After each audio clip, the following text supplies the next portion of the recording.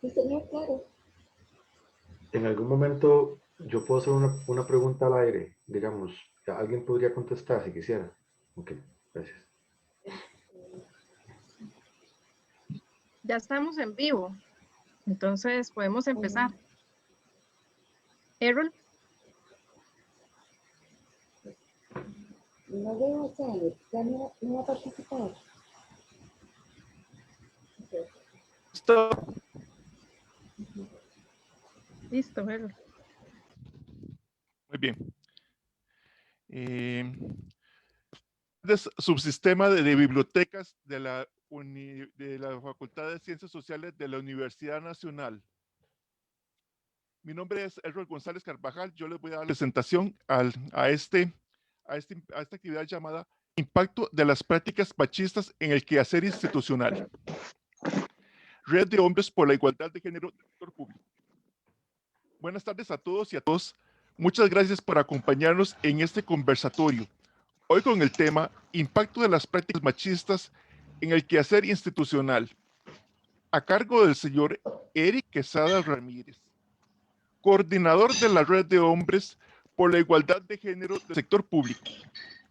El sector Quesada Ramírez, además de ser el coordinador de la Red de Hombres por la Igualdad de Género del derecho del sector público, tiene a cargo el programa corporativo Género y Derechos Humanos del Grupo ICE. También es integrante de la Red Manager Costa Rica. Es psicólogo y posee posgrado en Salud Pública y Educación. Públicamente a la Red de Hombres por la Igualdad de Género del sector público por todo el apoyo y colaboración desinteresada para la realización de esta actividad en el marco de la conmemoración del Día Internacional de la Mujer.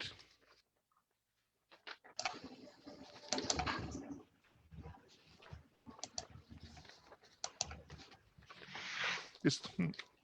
Buenas Muy bien. tardes.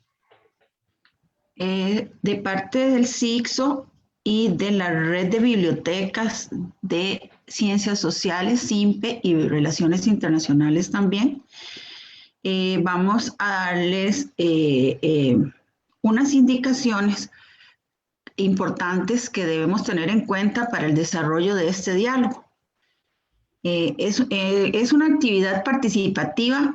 En el momento en que considere oportuno, puede intervenir si así está de acuerdo don Eric.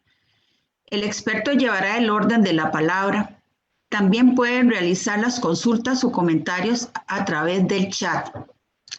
Finalmente, recordarles que este es un espacio para dialogar sanamente, expresando nuestras ideas, contradicciones, apreciaciones, siempre en un marco de cordialidad y respeto. Sin más preámbulos, cedo la palabra al señor Eric Quesada Ramírez.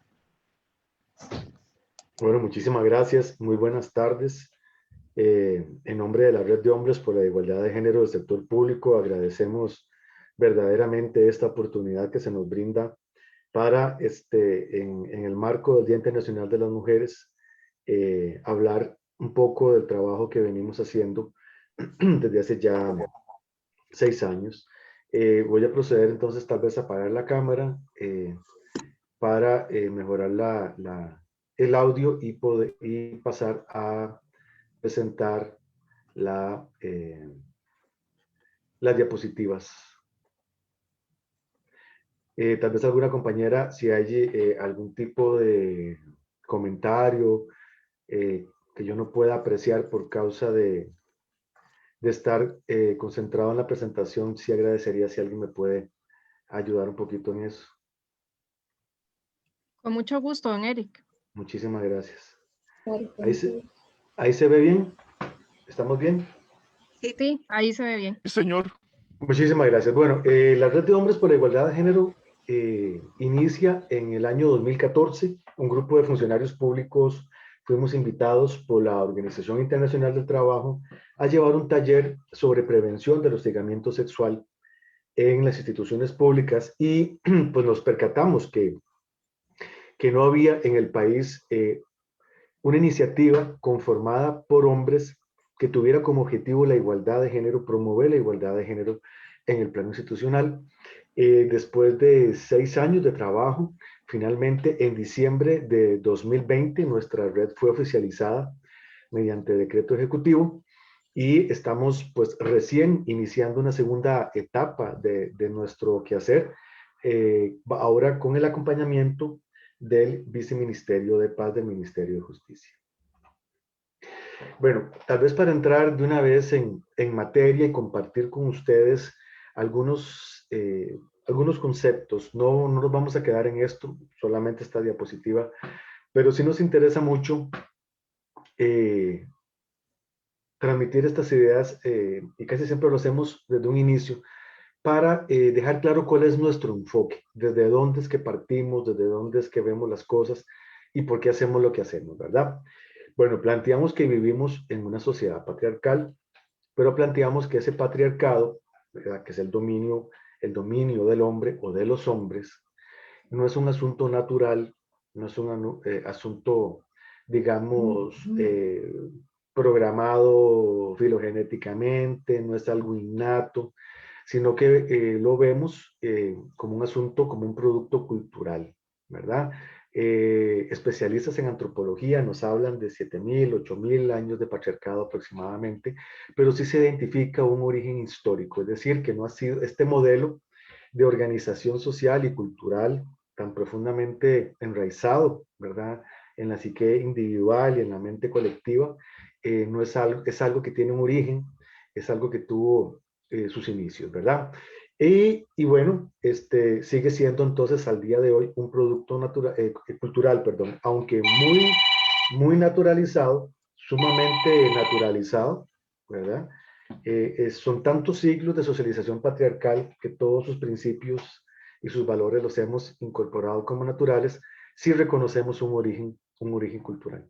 Y bueno, parte de ese patriarcado, el principio que rige, uno de los grandes principios que rige el patriarcado es el androcentrismo, que nos dice que el centro del humano, que el modelo del humano es el hombre, pero no la mujer, ¿verdad? Entonces, si hacemos un análisis, por ejemplo, de la producción artística, literaria, científica, tecnológica de los últimos siglos, encontraremos sobre todo la figura de los hombres, encontraremos en el lenguaje la invisibilización de las mujeres, encontraremos títulos como El hombre y la ciencia, El hombre y la cultura, El hombre y la historia, ¿verdad? Y esto es una consecuencia, por supuesto, de ese orden patriarcal de dominación y subordinación y explotación sobre las mujeres. El machismo lo interpretamos como producto de los procesos de socialización que atravesamos y vivimos mujeres y hombres desde muy pequeños y pequeñas, desde la infancia, desde el nacimiento, ¿verdad? Y la masculinidad o las masculinidades es la forma en que los hombres hemos asimilado esa socialización machista y ponemos en acto formas de ser, encarnamos diferentes formas de masculinidad o expresiones de la masculinidad, y aquí ya estamos hablando pues en un plano Eric, de lo personal. Sí, sí, claro. Disculpe, es que tal vez se puede habilitar la edición de la presentación, porque se estaba en la primera diapositiva y dicen que no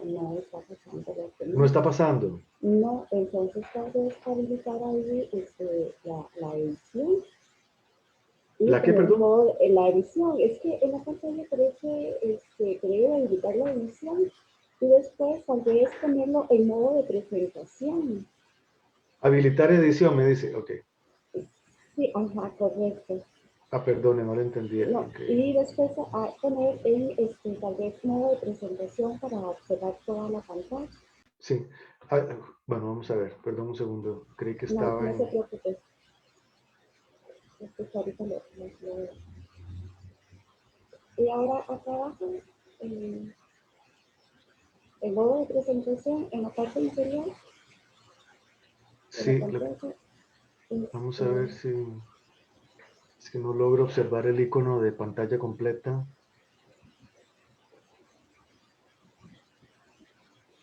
Yo no puedo mover esta barra. Ya. Ajá, esta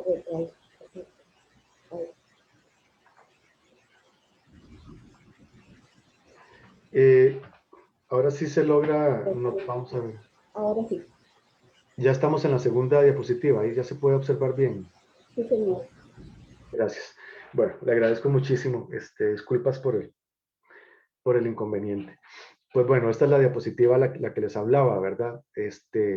Partiendo del patriarcado como un fenómeno cultural, histórico, que se expresa en múltiples maneras en la vida cotidiana actual, en lo económico, en lo político, en el ámbito laboral, que ha atravesado y permeado el pensamiento, ¿verdad? Las diferentes expresiones del pensamiento.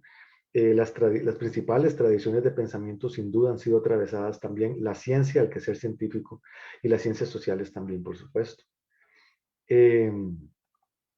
Entonces, partiendo de este carácter histórico de construcción de las identidades masculinas, ¿verdad? Pues hemos identificado algunos principios que consideramos son mandatos generales en nuestra cultura, ¿verdad? Son como características, por decirlo de alguna manera, idóneas que los hombres deberíamos tener para cumplir con un prototipo que ha sido construido social e históricamente. Y entre esos principios encontramos el tema de la fuerza física, el tema de la inteligencia, sobre todo entendida como una inteligencia racional, más tal vez orientado hacia lo intelectual, hacia el conocimiento, hacia la acumulación de conocimiento, de inteligencia lógico-matemática, tal vez aplicada a la resolución de problemas. Vemos que también dentro de esos mandatos, digamos que caracterizan esa especie de hombre idóneo, entre comillas, en nuestras culturas, está la audacia, el control, el mando, la competitividad, la agresividad y la agresividad sexual, ¿verdad? Y hemos aprendido a creer que son rasgos propios, consustanciales, característicos, innatos, naturales de los hombres, y la misma sociedad cuenta con una serie de mecanismos de control para, vamos a ver, para excluir, discriminar, castigar aquellos hombres que ante determinadas circunstancias no se adhieran a este perfil. Vean qué interesante, porque hay una serie de autores y autoras que han coincidido en que la masculinidad se construye con base en 3 negaciones. Tal vez de las primeras en hablarlo fue Elizabeth Badinter, que decía, ¿verdad? La masculinidad parece ser más una negación de otra cosa que algo en sí mismo. Y en lo que se coincide mucho es, por ejemplo, que ser masculino, ser hombre, entre comillas, que es ser hombre masculino en una cultura patriarcal, significa no ser mujer. Este es un principio muy interesante asociado a la misoginia, que es el desprecio, el odio, la inferiorización hacia las mujeres y hacia lo femenino. Otra negación, no soy un niño, ¿verdad? Y la otra negación, no soy un gay. Y esta última negación en íntima relación con una problemática, una patología social que es la homofobia. Entonces vean cuál es la negación que está detrás. No soy mujer, ¿qué significará según nuestra cultura? ¿Será no ser suave, no ser emotivos? No ser a veces, no mostrar a veces vulnerabilidad. Ser niño, no soy niño, significa que no soy sensible, que no soy tierno, que no puedo ser a veces ingenuo, que no me puedo permitir a veces jugar, por ejemplo, y no soy gay, ¿verdad? Que en nuestra cultura lo gay se extrapola, ¿verdad? Hacia lo femenino, y entonces volvemos a este tema, ¿verdad? Además de que hay otra carga asociada, y eso está mucho como en la mente social y es parte de los prejuicios y los estereotipos, de que en la orientación gay hay una especie de renuncia a ser hombre para pretender ser mujer. Obviamente todo esto responde a estereotipos y distorsiones al respecto.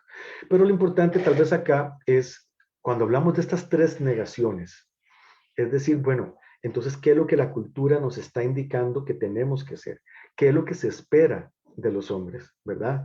Entonces, vean la serie de negaciones y veamos cómo, a pesar de que acabamos de decir que cada uno de los hombres ponemos en acto una masculinidad particular, única, sí podríamos pensar como en ciertos componentes que se transversalizan a lo largo de la vida, producto de ese influjo social, ¿verdad? Y entonces, ¿qué es lo que se espera de nosotros socialmente? Y otra gran pregunta, ¿qué es lo que los hombres esperamos de nosotros mismos? ¿Verdad? ¿Cuáles son esos estándares de rendimiento que nos han enseñado debemos de cumplir? ¿Qué es ser un hombre? ¿Qué es ser reconocido como un hombre? Y no solo por las mujeres, sino también por otros hombres, ¿verdad? Entonces aquí empezamos un poco ya a hablar de incluso de factores, pues claro, de personalidad. ¿Cómo construyo mi autoestima, mi autoimagen? Hay un también principio muy importante que sobre el cual se ha escrito y hemos analizado mucho en la red, que es la competitividad, ¿verdad?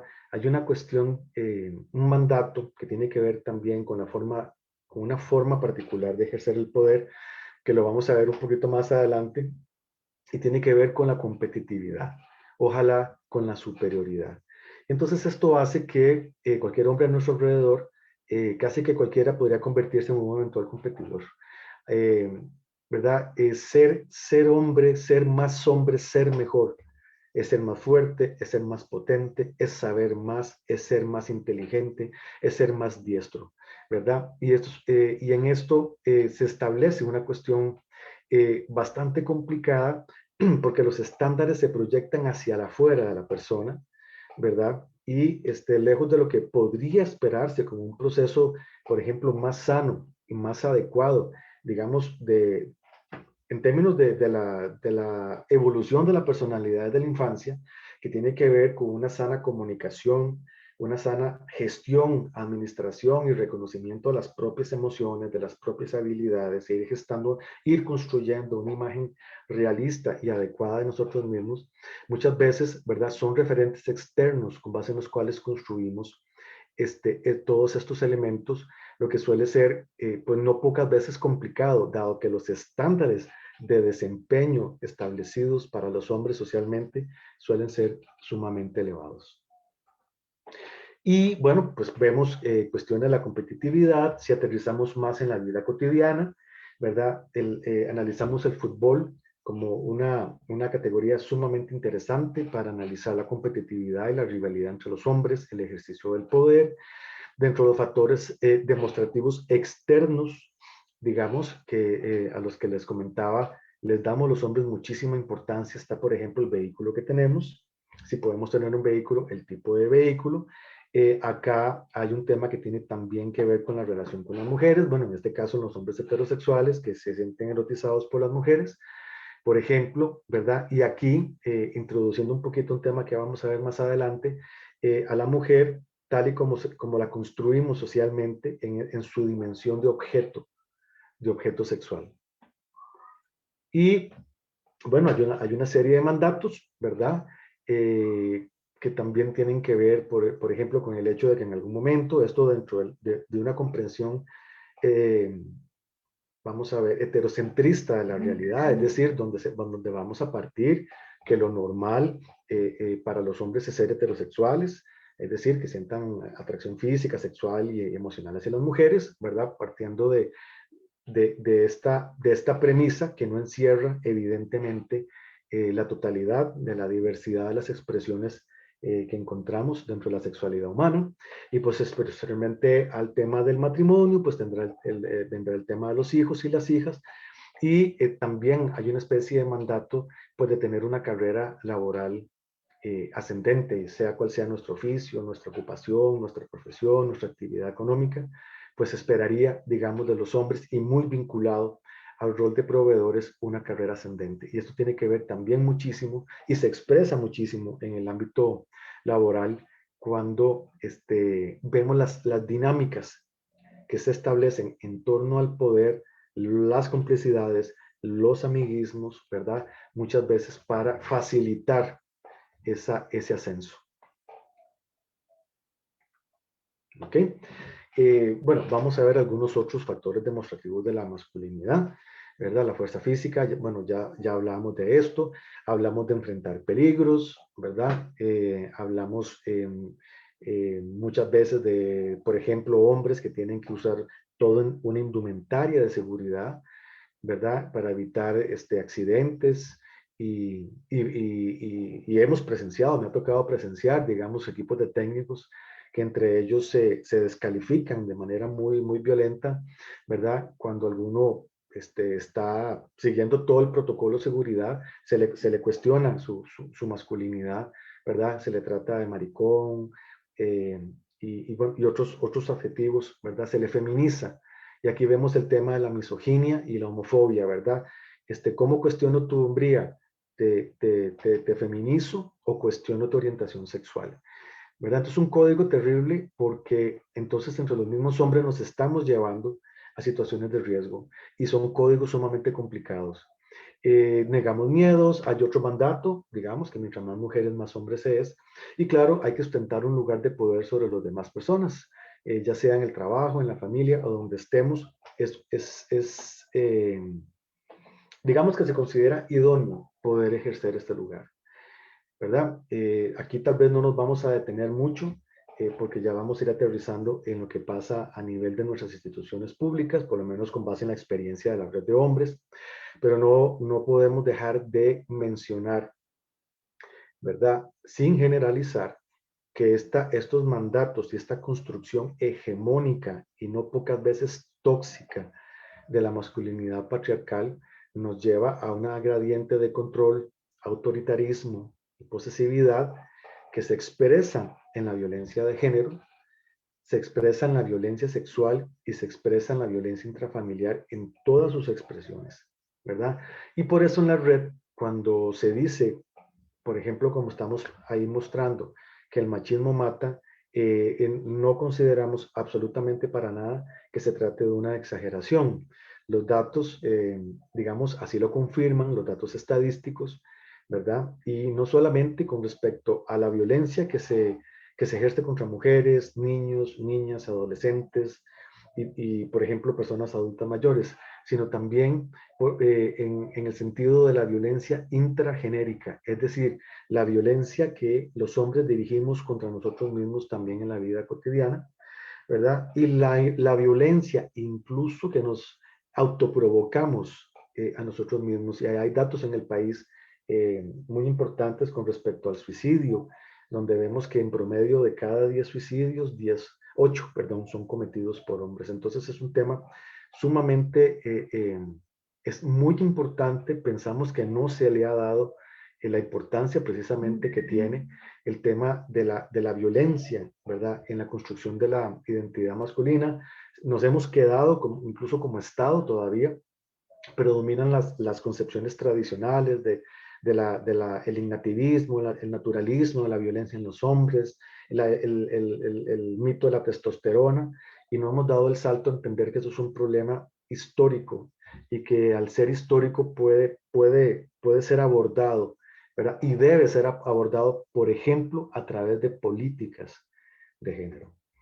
Ok, entonces un poquito para ir aterrizando al tema. Entiendo, me comentaron las compañeras que organizaron la charla que tenemos participación de varias instituciones públicas. Entonces yo quisiera pues abrir un espacio para consultarles cómo consideran, ¿verdad?, que el machismo se expresa en sus instituciones públicas, porque todo lo que acabamos de ver, que alguien podría decir, bueno, eso pasa en la calle, lo otro pasó en un estadio, eso pasó en una casa, lo otro en no sé qué, ¿verdad? Ese machismo tiene que expresarse también en el ámbito laboral.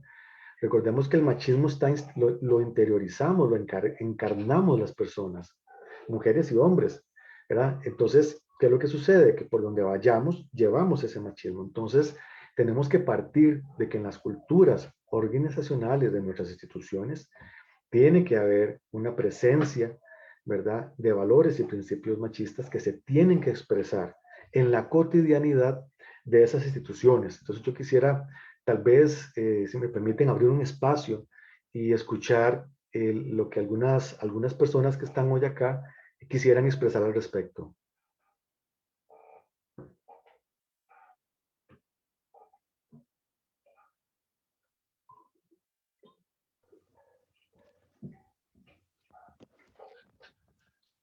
Buenas tardes a todos y a todas.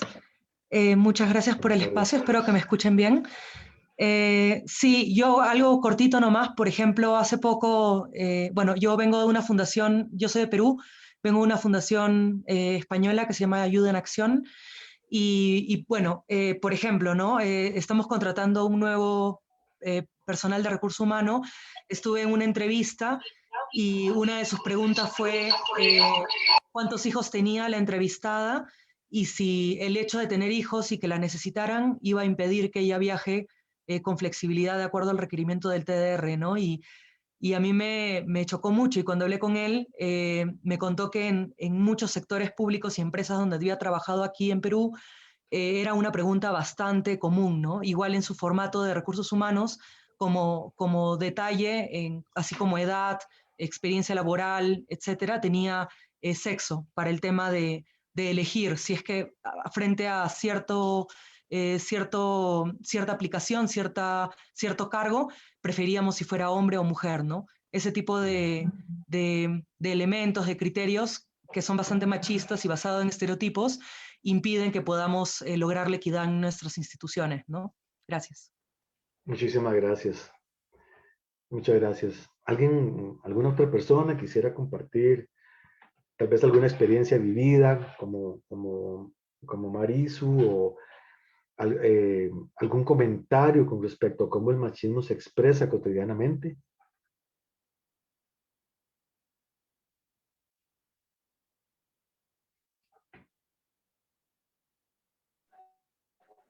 Buenas tardes. Eric, ¿me Sí, escucha?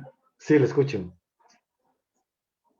Bueno, mi nombre es Roxana Ordóñez. Yo he trabajado en una institución pública ya desde hace casi 30 años y definitivamente las expresiones y las relaciones machistas entre hombres y entre hombres y mujeres es clarísima, sobre todo cuando se trata de espacios laborales donde se ocupan trabajos tradicionalmente ocupados por hombres. Entonces, es aquí donde cuando las mujeres se introducen, se incorporan a trabajar en estos puestos operativos, se ve claramente que hay una reacción bastante manifiesta, bastante evidente en los hombres, por cuanto tienen de alguna manera comportamientos de rechazo, de resistencia a aceptar mujeres en puestos operativos, por ejemplo.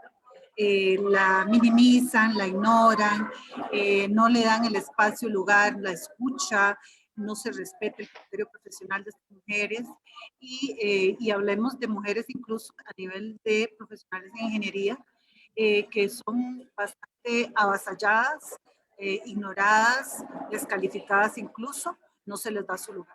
Esta es una de las manifestaciones muchísimo más expresas, más evidentes en cuanto hablamos de machismo en las instituciones públicas. Gracias.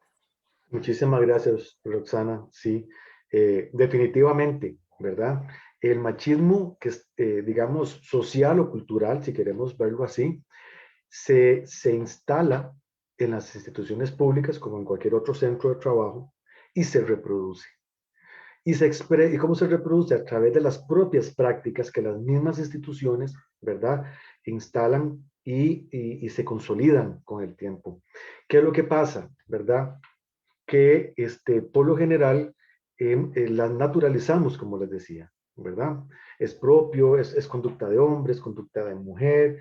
En el hostigamiento sexual, que según datos de la Defensoría de la Mujer, el 97% de las denuncias presentadas en el sector público son presentadas de mujeres contra hombres, lo que no quiere decir que los hombres no puedan ser víctimas de hostigamiento sexual, pero la estadística es contundente. ¿Cómo se llama?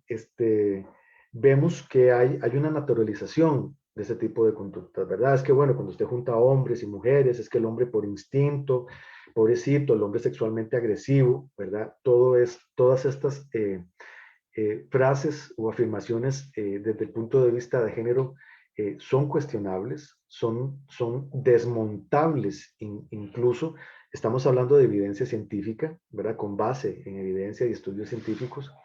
Y muchas veces más bien el comentario que se hace es, bueno, es que la muchacha, de ahí es que ella es muy risueña, ¿verdad? Entonces ella se lo busca. Es decir, no solamente naturalizamos la conducta que estamos considerando, y tenemos una ley en el país contra el hostigamiento sexual, que puede ser dañina, ofensiva, humillante, denigrante hacia la persona, sino que lo que estamos haciendo es al mismo tiempo responsabilizando de esa conducta a la víctima. Yo recuerdo una vez en un taller que di hace algunos años sobre este tema, que un compañero dijo, bueno, es que las mujeres deberían ayudarnos a los hombres con el tema del hostigamiento sexual. Y le preguntábamos, ¿pero cómo? Bueno, vistiéndose recatadamente, vistiéndose flojitas, no mostrando mucho, ¿verdad? Entonces ven ustedes cómo esa forma de pensar que podría ser compartida por mucha gente, ¿verdad? Lo que hace es naturalizar la conducta violenta, porque el hostigamiento sexual debemos considerarlo como una conducta de violencia sexual, y responsabiliza a las víctimas, en este caso cuando son las mujeres, ¿verdad? Entonces, otro día será porque la compañera tiene muy bonitas piernas y llegó en agua, se lo buscó, ¿verdad? Entonces, este tipo de cuestiones, por lo general, y se los digo porque, bueno, yo soy un funcionario público, yo trabajo para el Instituto Costarricense de Electricidad, y también trabajo con la red de hombres que abarca un número importante de instituciones públicas, es lo que vemos cotidianamente. Esa naturalización, ¿verdad? No se ve. La Escuela de Negocios de Harvard acuñó un término muy interesante, que es el de instituciones. En este caso, hablemos de instituciones género inteligentes e instituciones género inconscientes. ¿Cuáles son las instituciones género inconscientes? Aquellas que no han dado el salto y no han logrado reconocer ese machismo institucionalizado y que está instalado en su cultura organizacional, ¿verdad? Por lo tanto, en todos sus procesos, en todos sus ámbitos, por ejemplo, en todo el ciclo laboral de las personas, desde la atracción del talento humano hasta la jubilación, y en una serie de mecanismos muchas veces informales, ¿verdad? Y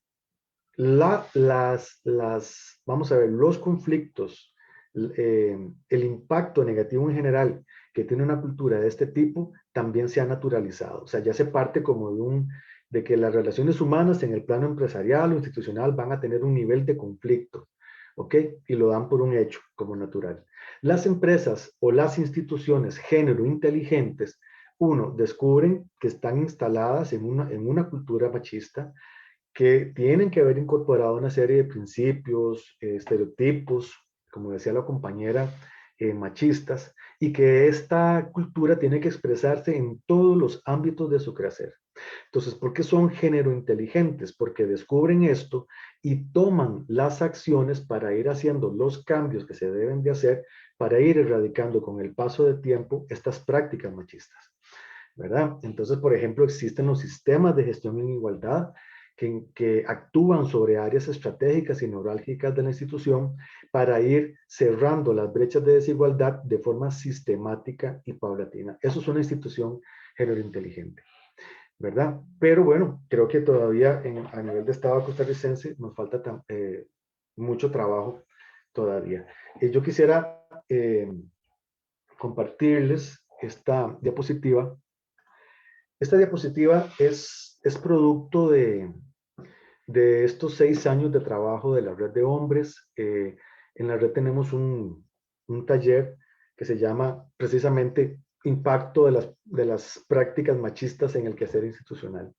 Y hemos tenido la gran oportunidad de haber dado este taller en un número importante de instituciones, ¿verdad? Y hemos hecho como una sistematización que aquí está, pues muy resumida, por supuesto, de qué es lo que hemos venido encontrando en estos 6 años. ¿Qué es lo que pasa en aquellas instituciones donde no se reconoce digamos, que hay que hay una presencia de principios y valores machistas. Vemos que hay procesos de discriminación por género en la atracción del talento humano. Estamos hablando aquí, bueno, del ciclo laboral, ya lo había mencionado, en los procesos de capacitación, de promoción, de capacitación y de promoción a puestos de liderazgo. ¿Qué es lo que pasa aquí? Que en estos mecanismos, en estos procesos que deberían ser de orden técnico, con fundamento científico, ¿verdad? Todos estos procesos son procesos técnicos dentro del área de la administración, de la gestión del talento humano, ¿verdad? Sin embargo, por más técnicos que estén definidos o quieran estar definidos, están mediatizados por una serie de sesgos de género. Y esos sesgos son inconscientes, ¿verdad? Por eso decimos instituciones género inconscientes versus género inteligentes, perdón. Entonces, lo que sucede es que por más que se pretenda tecnificar y depurar los procesos, ¿verdad? Si no se toma en cuenta la presencia de estos sesgos, vamos a tener siempre y desgraciadamente prácticas que pueden ser discriminatorias. Veamos en el ambiente laboral, en términos muy generales, conflictos relacionados con el ejercicio patriarcal del poder. Y mientras más masculinizada esté una institución, ¿verdad? Por su naturaleza, por su mandato, por su trayectoria, por su quehacer, digamos, pues más encontraremos este tipo de conflictos. Este tipo de conflictos generan una serie de costos a las instituciones, ¿verdad? Desde la afectación personal y la afectación en los procesos laborales, si se interpone, por ejemplo, una denuncia o se inicia una investigación, hay una inversión importante de horas que se invierten, y bueno, se corre el riesgo, por supuesto, ¿verdad?, de que la situación no se pueda restablecer, no se pueda lograr, digamos, un nuevo equilibrio como se quisiera muchas veces, ¿verdad? Entonces son múltiples los costos que esto implica. Como les decía, para la red, el hostigamiento sexual es una forma de violencia sexual y creemos que todavía falta, desgraciadamente, para que muchas instituciones estatales tengamos la capacidad de ponerle nombre y apellido a este fenómeno. Es violencia sexual, ¿verdad? Estamos partiendo de la ley, estamos partiendo de la literatura que es abundante al respecto, ¿verdad? No se trata de una conducta naturalizada, que es un coqueteo, que la persona que se resiente es muy delicada. Estamos hablando, y esto sí, también lo digo por experiencia propia, porque nos toca verlo, es parte de nuestro trabajo, ¿verdad? El impacto que esto puede tener en las víctimas, mujeres u hombres, ¿verdad? Entonces, es violencia. Y tenemos que empezar en las empresas, en las instituciones estatales, a ponerle nombre y apellidos a fenómenos que han sido tan naturalizados. El hostigamiento laboral puede afectar, digamos, estos elementos de índole machista en las culturas organizacionales, y pues claro que esto va a afectar la motivación, la productividad, la lealtad, y bueno, un sinnúmero de dimensiones tienen estas problemáticas a nivel institucional. En los servicios institucionales, las instituciones género inconscientes no tienen claridad, tal vez no tienen idea ni siquiera de cómo sus propios sesgos de género pueden afectar la calidad de sus servicios y de cómo esto puede afectar directamente a la clientela. Es impresionante. Aquí no vamos, por supuesto, a entrar en detalles porque son cuestiones como de cada institución, pero es impresionante cómo cuando hacemos estos talleres, las mismas personas, funcionarios, van cayendo en cuenta y en cuenta y en cuenta y en cuenta de cómo esos sesgos de género que no estaban debidamente reconocidos condicionan esto que es tan delicado, que es la razón de ser de la institucionalidad pública, ¿verdad? Y también hay una afectación, vemos que hay una afectación de la imagen institucional. Estamos en una época en la que una fotografía, un video se hace viral, ¿verdad? Y puede comprometer la reputación de las instituciones si hay un servicio inadecuado, si se da un trato discriminatorio en alguna medida. Entonces estamos hablando de temas como responsabilidad social empresarial. Recordemos que el Estado costarricense ha adquirido una serie de compromisos internacionales al haber firmado convenciones sobre los derechos humanos de las mujeres, Belén do Pará, la CEDAW, más recientemente la Agenda 2030, que incorpora 17 objetivos de desarrollo sostenibles, entre ellos varios que tienen que ver con la igualdad de género. Entonces, como podemos ver, el tema nos pone de frente una realidad nacional y una realidad institucional sobre la cual tenemos que actuar, sobre la cual debemos de actuar. Recordemos que las instituciones también, como parte de su responsabilidad social, está, digamos, velar por la debida carrera profesional de quienes somos funcionarios y funcionarias públicas, ¿verdad? Es decir, lo que yo aprenda en mi pasaje como funcionario o como funcionaria es algo que yo voy a incorporar a mi vida y yo lo voy a llevar a donde yo vaya, llámese mi familia, llámese el barrio, llámese donde quiera. Entonces, tenemos una serie de indicadores evidentísimos de violencia de género en este país y por supuesto que la institucionalidad pública está en la obligación de tomar todas aquellas acciones para revertir esta realidad, ¿verdad? Y esto en consistencia y en concordancia con los compromisos que el mismo Estado costarricense ha asumido en el plano internacional. Pero eso es un asunto de conciencia, eso es un asunto de que las mismas instituciones vayan tomando esta conciencia, vayan despertando, por decirlo de alguna manera, a esta óptica género inteligente de entender el comportamiento organizacional, porque es una categoría que definitivamente enriquece muchísimo el tema del comportamiento organizacional también. Vamos a ver un poquito para irnos ya como orientando a algunas conclusiones desde nuestra red, ¿verdad? El poder que se nos enseña a los hombres a ejercer es un poder entendido como control y dominación, que es lo que hemos venido, un poquito, perdón, les mencionaba al inicio, ¿verdad? Pueden ser expresiones muy sutiles, lo que alguna gente llama micromachismos, como cositas muy cotidianas, ¿verdad? Como que se pasan como normales o propias, o pueden ser ya el ejercicio del poder mediatizado por la violencia, como también lo vimos antes. La propuesta nuestra es vamos a ver, trabajar con grupos de hombres en las instituciones públicas para que tomemos conciencia de esto. Y eso es lo que ha hecho la red. Nuestra red tiene ya, ha promovido la creación de redes oficializadas de hombres en instituciones como el Ministerio de Educación Pública, el Instituto Mixto de Ayuda Social, el Ministerio de Justicia y Paz, la Municipalidad de San José, y se me están quedando algunas por fuera, el Instituto Nacional de Aprendizaje, entre otras.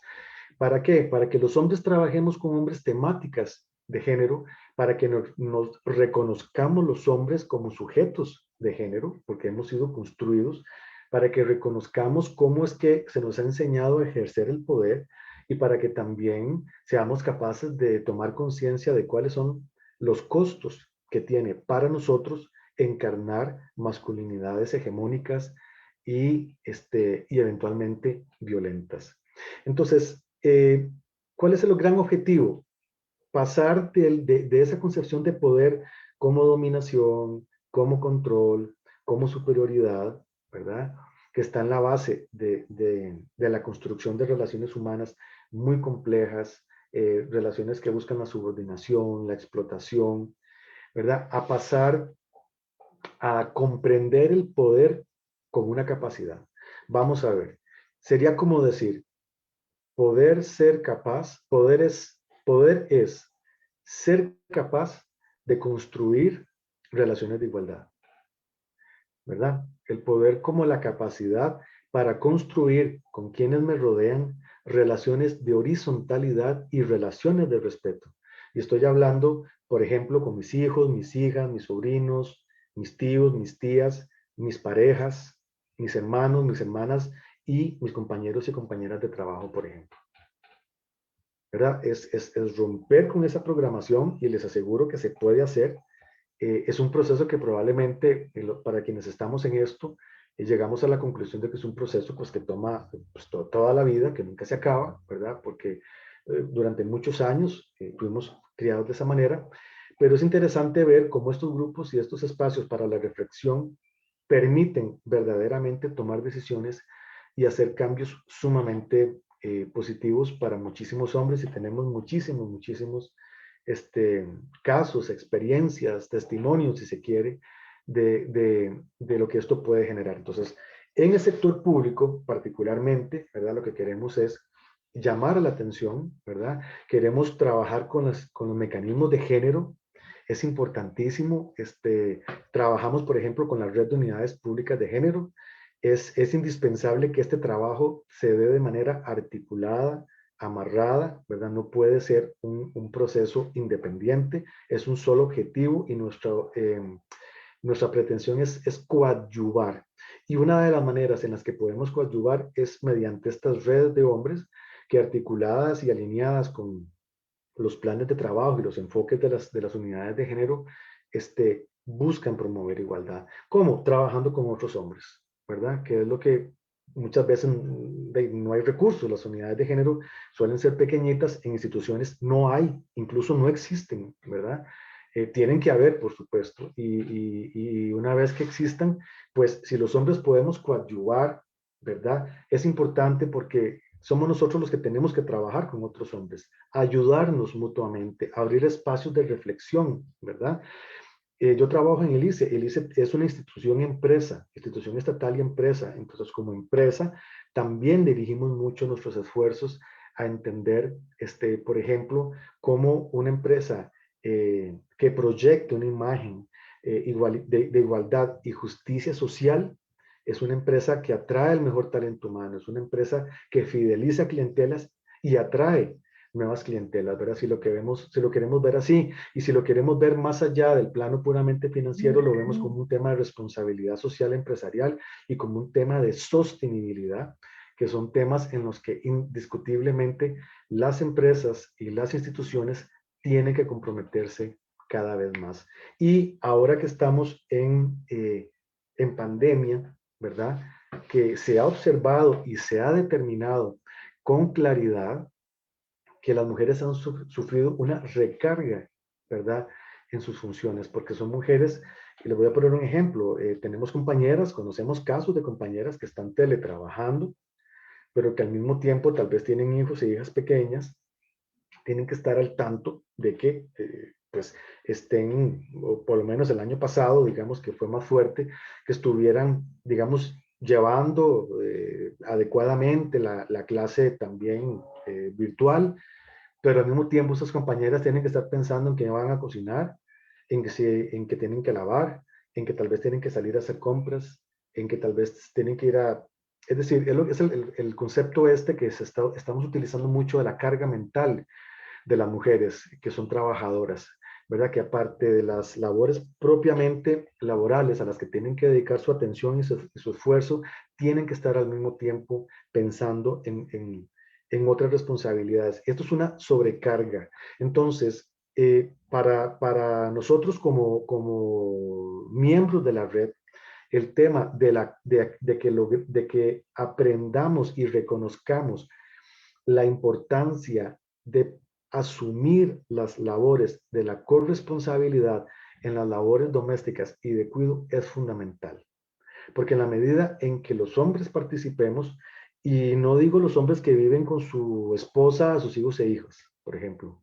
No, es decir, si vivimos con gente, si vivimos con el papá, con la mamá, con una tía, con una hermana, con una compañera de apartamento, con lo que sea, lo lógico es que los hombres aprendamos a asumir esa corresponsabilidad, que no es lo mismo que ayudar, ¿verdad? Muchas veces hemos escuchado compañeros que se sienten muy orgullosos y muy progres porque dicen es que yo ayudo, ¿verdad? No es ayudar, es asumir la responsabilidad que me toca. Si yo como ahí, si yo abro una gaveta y está mi ropa interior lavada y doblada, si yo me baño y quiero que ese baño esté limpio, y etcétera, etcétera, lo que significa, ¿verdad? Vivir en una casa con todos esos servicios, yo tengo que participar. Si hay personas menores de edad, sean mis hijos o no, ¿verdad? A mí me toca como adulto colaborar con las labores de cuidado, porque mientras yo más lo haga, van a haber otras personas a mi lado que se van a descargar de eso. Y esas personas son, por lo general, las mujeres, por un tema de socialización. Entonces, mientras más espacio y tiempo tengan, más van a poder rendir en el trabajo, más van a poder proyectar su carrera profesional, más van a poder estudiar, más van a poder cultivarse en muchos sentidos. Entonces, creemos desde la Red de Hombres que es fundamental que las instituciones desarrollen políticas que tengan que ver con la responsabilidad, corresponsabilidad social de los cuidados. Era que es un enfoque integral que abarca familias, comunidades, pero también los centros de trabajo y al Estado, por supuesto, también. Pero las instituciones tienen que promover políticas que hagan que los hombres podamos involucrarnos más en este tipo de labores, y con esto lograr generar condiciones de mayor igualdad de oportunidades y derechos para con las mujeres.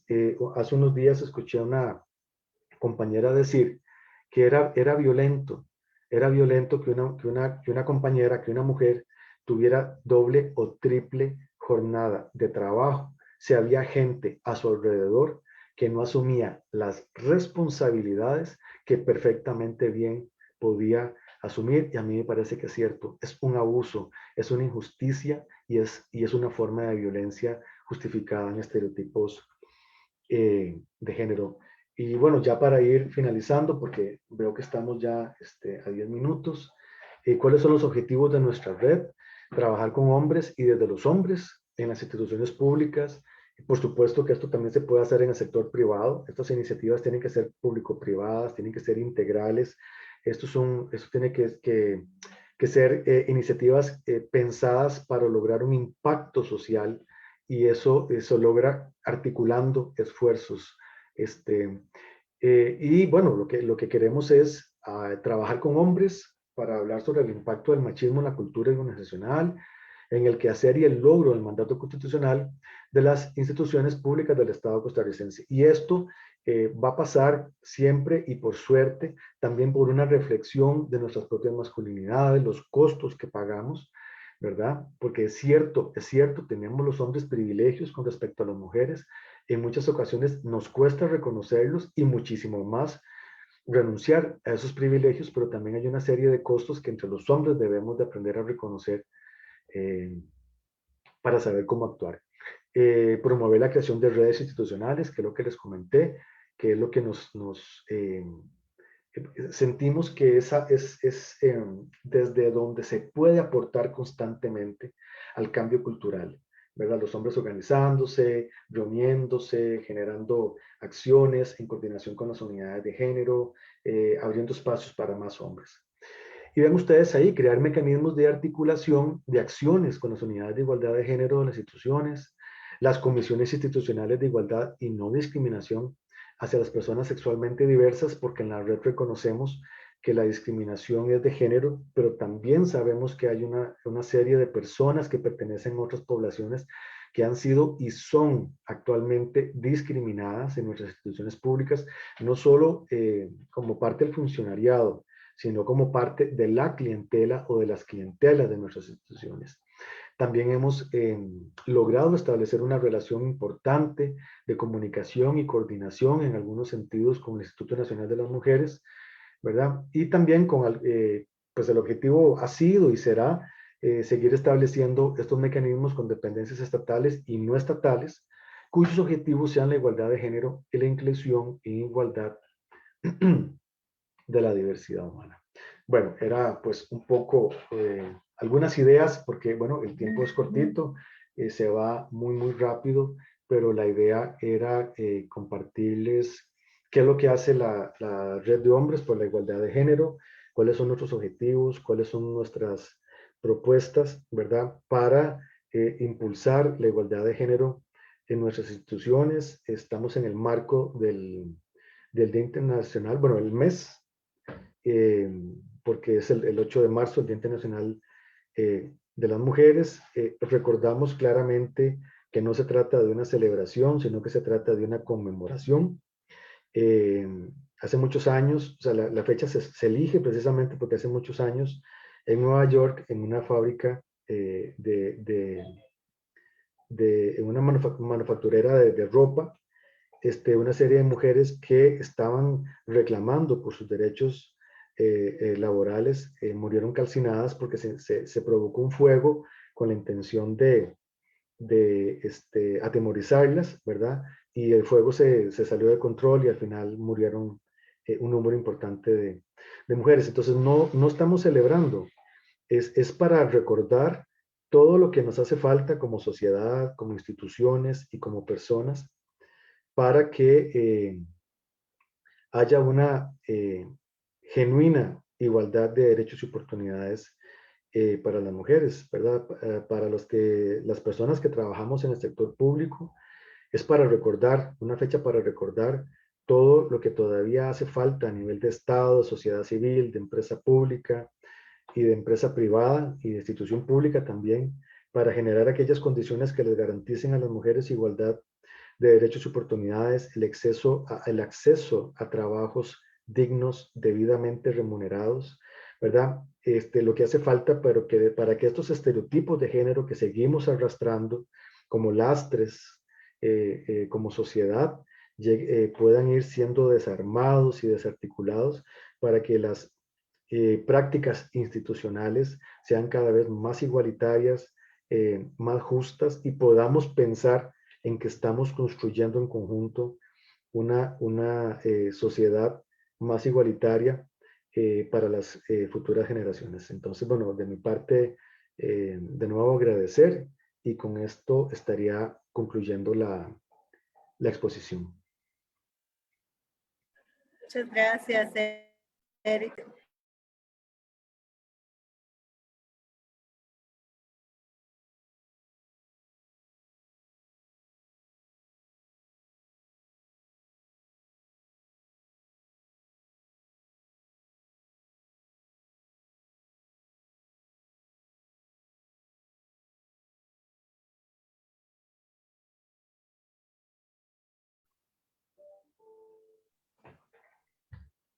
¿Alguien más desea hacer algún comentario, consulta, aprovechar a don Eric para en este espacio hacer alguna pregunta?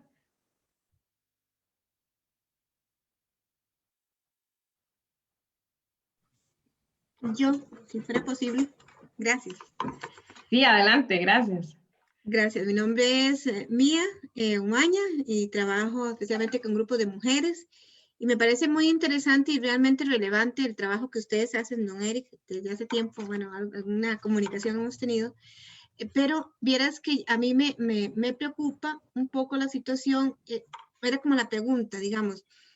¿Qué trabajo, aparte de sensibilizar y todo lo demás, se hace con los grupos de varones? ¿Por qué? Porque el paradigma, todo es como una huella ya, ¿verdad?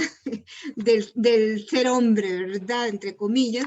Y entonces, al enfrentarse ante estos aprendizajes o reeducación, ¿verdad? Reconstrucción de la conciencia, pues también nos vemos frente, o los varones se ven frente a ciertas circunstancias que pueden desencadenar algunas reacciones. Muchas veces se ve como negativo, como competencia, incluso pueden generar reacciones adversas, ¿verdad? Entonces, conozco un par de casos de algunos compañeros o amigos más bien que en su institución que tienen algunas políticas de estas, se cuidan mucho, pero cuando salen y llegan y así lo dicen, en mi casa mando yo, allá tengo que cumplirlo, ¿verdad? Pero aquí nadie me dice qué es lo que tengo que hacer. Entonces es como ir calando más allá de todo en ese pensamiento, en esa estructura machista que estamos en nuestra sociedad. Sí, mira, muchísimas gracias y mucho gusto. Por fin podemos como hablar así virtualmente frente a frente, pero bueno, vernos y hablar. Sí, es cierto, ¿verdad? Recordemos que es una socialización de siglos y que existen una serie de mecanismos de control social, ¿verdad? Cuyo objetivo es mantenernos dentro de ese perfil de hombres con masculinidades hegemónicas y dominantes. Hay que recordar que entre nosotros mismos, los grupos de hombres, hemos desarrollado una serie de códigos que también muchas veces a través de mecanismos que son violentos, muy naturalizados, pero al fin de cuentas violentos, nos encargamos de mantenernos entre nosotros mismos en ese margen, ¿no? Dentro de ese perfil de la masculinidad hegemónica. En la red reconocemos esto, reconocemos que somos sujetos de género, es decir, que hemos sido socializados de esta manera, pero reconocemos que es nuestra responsabilidad, es nuestra como hombres, la de abrir esos espacios para la reflexión, ¿verdad? Algo muy importante es los enfoques desde los que se trabaje. Es fundamental, ¿verdad? Porque en esto hay enfoques de enfoques, ¿verdad? Hay una línea que se conoce como Men's Rights, que son grupos de hombres que igual se organizan, ¿verdad? Pero el reclamo de estos grupos es que las mujeres han llegado muy lejos en la defensa de sus derechos, imagínense, ¿verdad? Estando el mundo como está y teniendo los indicadores de violencia de género pavorosos que tenemos todavía en todas partes del mundo, y hay gente que se le ocurre decir que las mujeres han llegado muy lejos, cuando lo que es evidente es que falta muchísimo para que empecemos a hablar de igualdad real.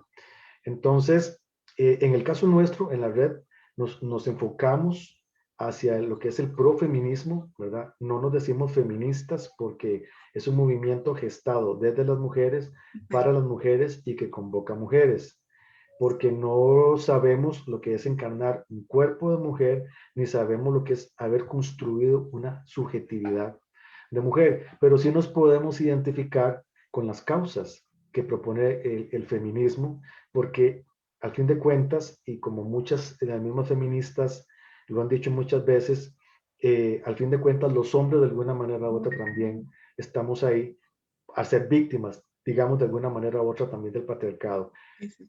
Y cuando decimos víctimas, no es ponernos al mismo lugar o al mismo nivel de las mujeres, porque en el patriarcado hombres y mujeres no tenemos el mismo lugar.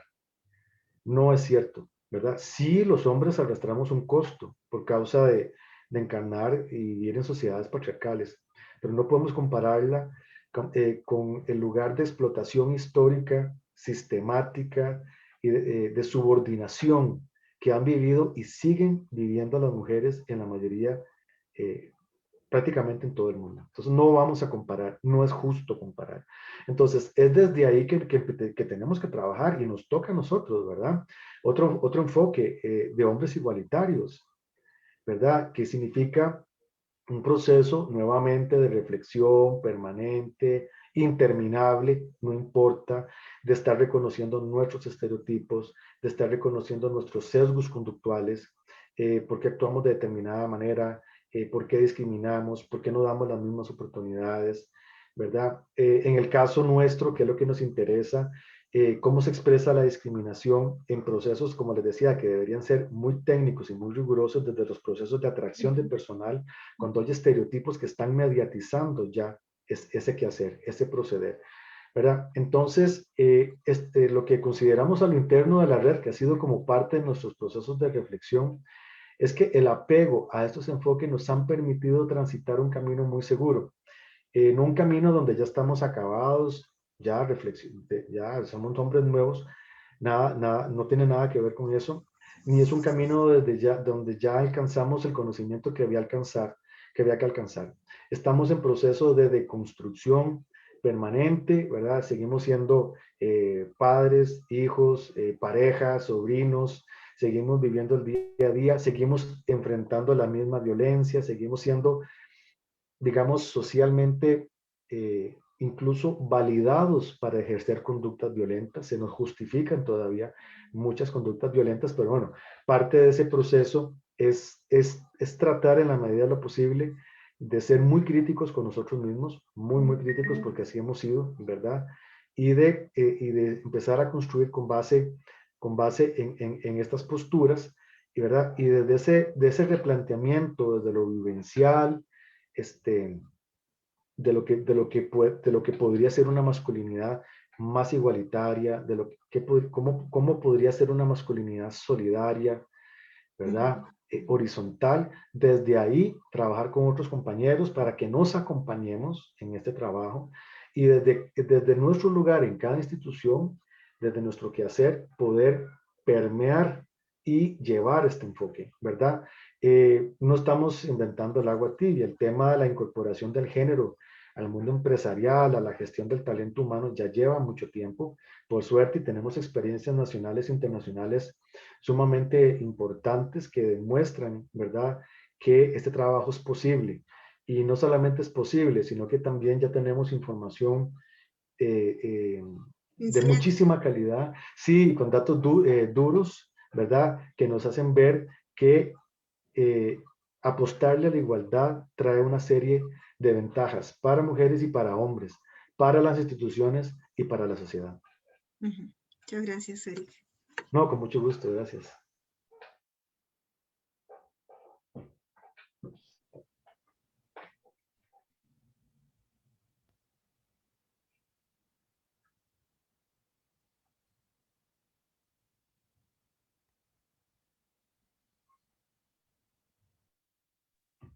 Muchas gracias, Eric. No sé si alguien más quiere contarnos alguna experiencia, alguna duda, pregunta que quiera aprovechar con Eric desde su red de hombres o, bueno, desde la red que él representa, ¿verdad? O igual alguna experiencia dentro de las instituciones, porque acá tenemos personas de varias instituciones del país. Entonces, siempre es muy enriquecedor ver todas las experiencias, ¿verdad? Y más que eso es identificarlas, como nos decía Eric, ¿verdad? No hacerlas parte de, o naturalizarlas, ¿verdad? Sino que tratar de hacer un análisis, identificarlas y trabajar en pro de ir erradicando esto en nuestras instituciones.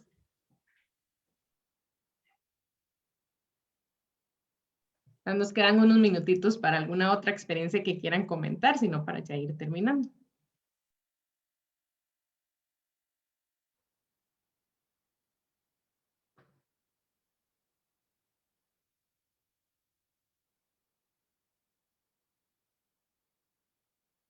Si nos quieren, perdón, voy a aprovechar, tenemos un perfil en Facebook, si quieren conocer un poquito más de nuestra declaración de principios y de lo que hacemos, estamos como Red de Hombres por la Igualdad de Género del sector público.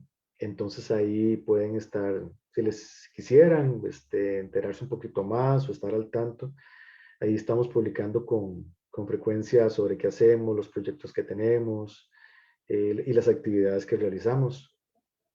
Y toda consulta, ¿verdad? Pues con mucho gusto. Si hay gente que considera que conocen a alguien de sus instituciones que les gustaría integrarse a la red, también a través de esa vía nos podemos comunicar. Don Eric, tenemos una pregunta en el chat. Pregunta Roxana Ordóñez Durán, ¿en qué se fundamenta la estrategia de trabajo con hombres?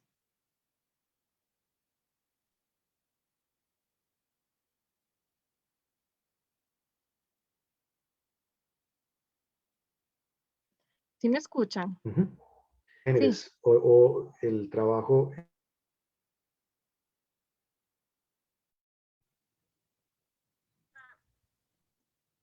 Se quedó congelado.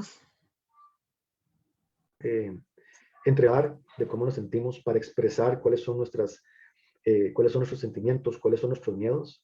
Yo siempre recuerdo en una ocasión trabajando con un grupo de compañeros que uno comentó que una vez se le había ocurrido comentar con un compañero del área que tenía un problema que tenía con su esposa y que a los 3, 4 días todo el equipo de trabajo, ¿verdad? El chiste, el vacilón y la chota era la situación que el compañero había comentado, ¿verdad? Entonces, ¿qué es lo que sucede? Que entre los mismos hombres no nos permitimos muchas veces abrirnos, comentar, este tipo de cosas porque hay una realidad que es la chota, ¿verdad? Y ustedes saben que las dinámicas de bromas y toda la cuestión entre hombres suelen ser a veces y pueden llegar a extremos sumamente muy pesados, ¿verdad? Inclusive hemos hecho intervenciones en grupos de trabajo donde las bromas entre hombres llegaron ya al plano de la broma sexual, involucrando a las hijas, a las esposas y hasta las mamás de los compañeros. Entonces,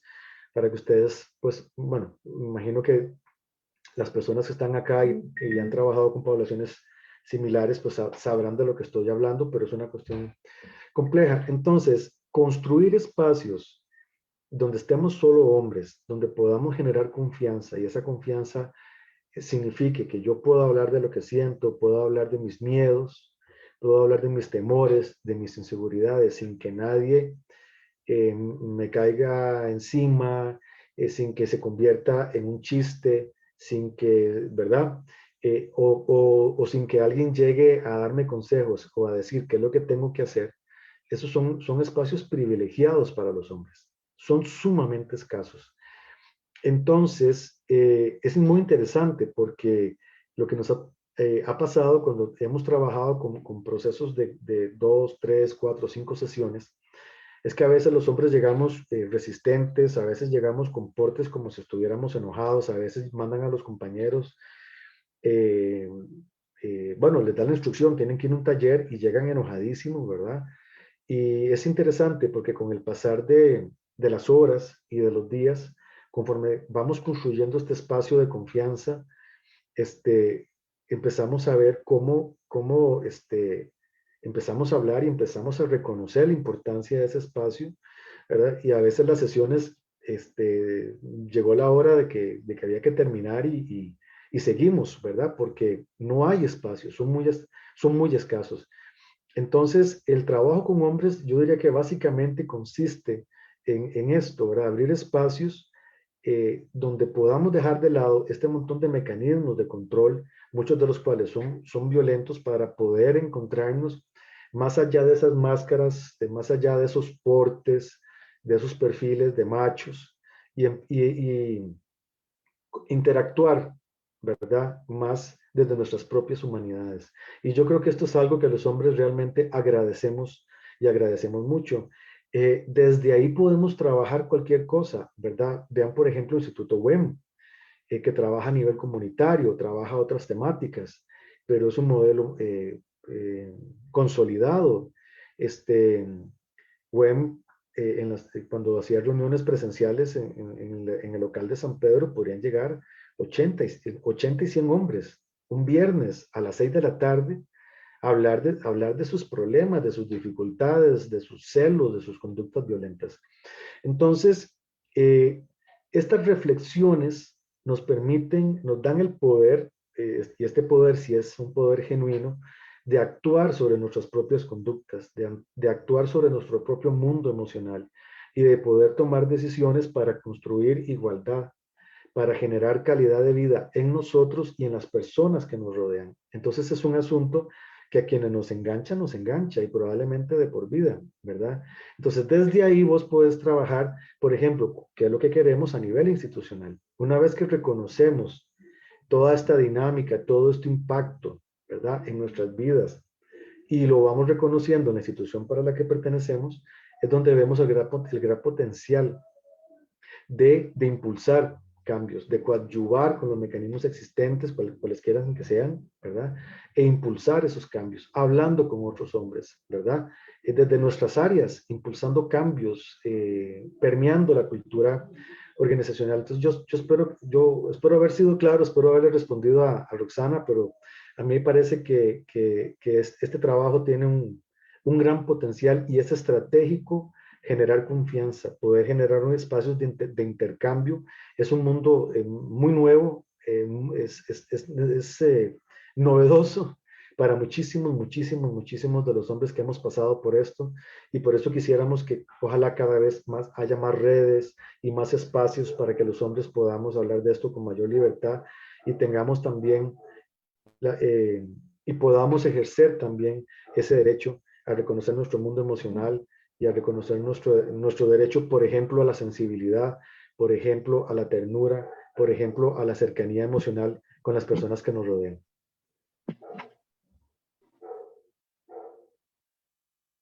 Muy buenas tardes. Buenas. Sí, disculpe la consulta, y si ya lo había expuesto le pido disculpas. Bueno, yo trabajo para el Poder Judicial en Grecia. ¿Alguna forma en que podamos, y soy parte de la Comisión de Género de esta institución aquí en Grecia.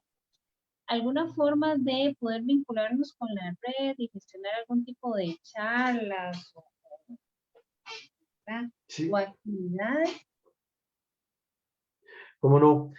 Bueno, es importante, en primer lugar, el Poder Judicial cuenta, Giselle, con un colectivo de masculinidades.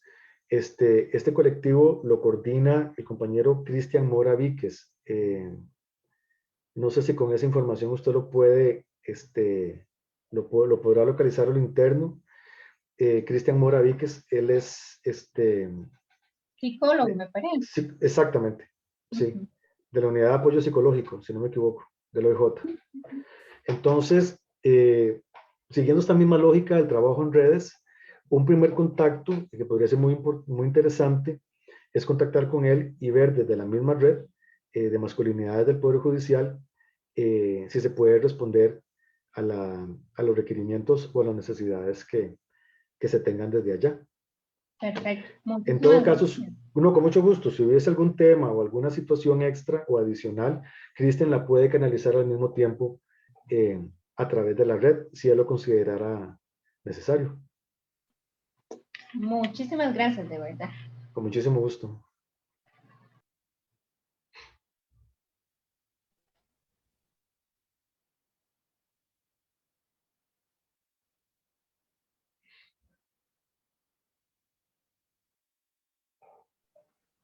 Sí, ya no hay más comentarios o dudas, entonces podemos ir cerrando, tal vez. Está bien. Don Eric, hay otra pregunta Bueno. de Katia Araya. Perdón, Errol, es que hay una preguntita de Katia Araya. Dice Katia que, bueno, de acuerdo a lo que usted contestó ahorita, que si siendo así, entonces las masculinidades deben ser trabajadas solo por hombres. Pues no, el tema masculinidades, de hecho, las que empiezan a trabajar el tema masculinidades son las mujeres, ¿verdad? Las feministas y algunas teóricas feministas, teóricas de lo que tiene que ver, bueno, con los estudios de género, por ejemplo, ¿verdad? Fueron las primeras. No es patrimonio de los hombres. Lo que yo me refiero es que el trabajo intragenérico de reflexión entre hombres es muy potente, ¿verdad? Y eso está demostrado. Creo que existen múltiples posibilidades de trabajo articulado con mujeres. Creo que ya, por ejemplo, en este país lo hemos estado haciendo durante por lo menos seis años con las compañeras, con algunas compañeras de las unidades de género, con el INAMU, con compañeras feministas con las que nos hemos sentado a conversar y con las que seguiremos construyendo, ¿verdad? Pero me refería sobre todo a este tipo particular de trabajo de reflexión, ¿verdad? Hay una cuestión ahí intergenérica muy interesante y eso ustedes lo pueden ver en cualquier situación hasta cotidiana. Si ustedes ven que hay un grupo de compañeras, solo ellas, se genera una dinámica, se genera un lenguaje, ¿verdad? Y si entrara un varón, digamos, probablemente ustedes van a decir, o lo han visto muchísimas veces, la dinámica cambia, ¿no? Hay como una especie de interpelación intergenérica. Lo mismo sucede con los hombres, ¿verdad? Esto lo hemos visto muchas veces. La dinámica de grupos de hombres, cuando estamos solo hombres, digamos, suele cambiar cuando ingresa una mujer, ¿verdad? Espontáneamente, en una reunión, en un bar, en un espacio público. Entonces, es por esa razón que privilegiamos tanto estos espacios, ¿verdad? Pero no son los únicos. Creo que hay que seguir construyendo. Sería interesantísimo pensar en grupos de reflexión intergenérica, ¿verdad? Donde personas ya tal vez con cierto nivel de elaboración y de trabajo pudiesen sentarse a conversar y a nutrirse, ¿verdad?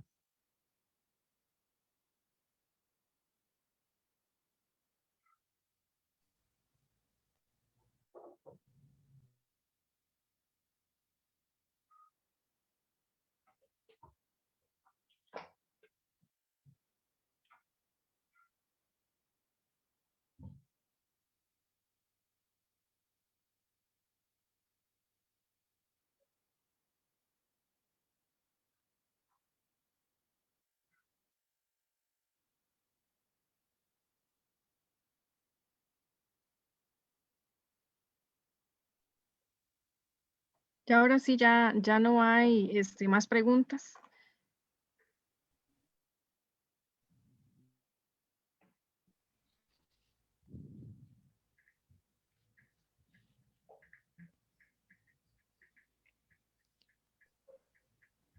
Errol, creo que no te escuchamos. Sí, sí. Bueno, de esta forma concluimos este conversatorio.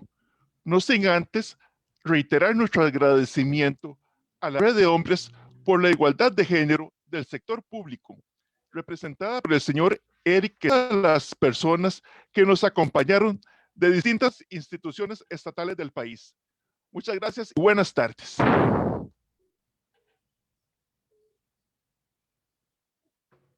Muchas gracias.